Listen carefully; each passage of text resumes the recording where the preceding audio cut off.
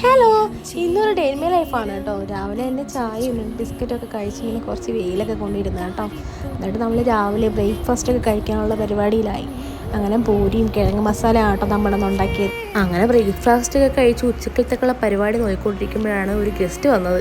വേറെ ആരും എൻ്റെ മാമാടെ മോളാണ് തങ്കു. പിന്നെ അവളുമായിട്ട് കുറച്ച് നേരം സംസാരിക്കുകയൊക്കെ ചെയ്തു. അപ്പോഴത്തേക്കും ഉമ്മ ഉച്ചക്കലത്തേക്കുള്ള ഫുഡൊക്കെ ഉണ്ടാക്കി കേട്ടോ. അങ്ങനെ നമ്മൾ ഉച്ചക്കലത്തേക്കുള്ള ചോറൊക്കെ കഴിച്ചതിന് ശേഷം കുറച്ച് ഓറഞ്ചൊക്കെ കഴിച്ചു കേട്ടോ. അപ്പോഴത്തേക്ക് എനിക്കൊരു കോൾ വന്നൊരു കൊറിയർ ഓഫീസിൽ നിന്ന്. അങ്ങനെ പോയി പാഴ്സലൊക്കെ എടുത്തിട്ട് നമ്മൾ അഞ്ചാരമൂട്ടിൽ നല്ല തിരക്കുണ്ടായിരുന്നു ക്രിസ്മസിൻ്റെ. അങ്ങനെ തിരക്കിൻ്റെ ഇടയിൽ നമ്മൾ പെട്ടെന്ന് തന്നെ എങ്ങനെയും വീട് പിടിച്ചു കേട്ടോ. വീട്ടിൽ വന്ന് കുറച്ച് നേരം കഴിഞ്ഞപ്പോഴത്തേക്ക് രണ്ട് കുട്ടി ക്രിസ്മസ് പാലായിരുന്നു കേട്ടോ.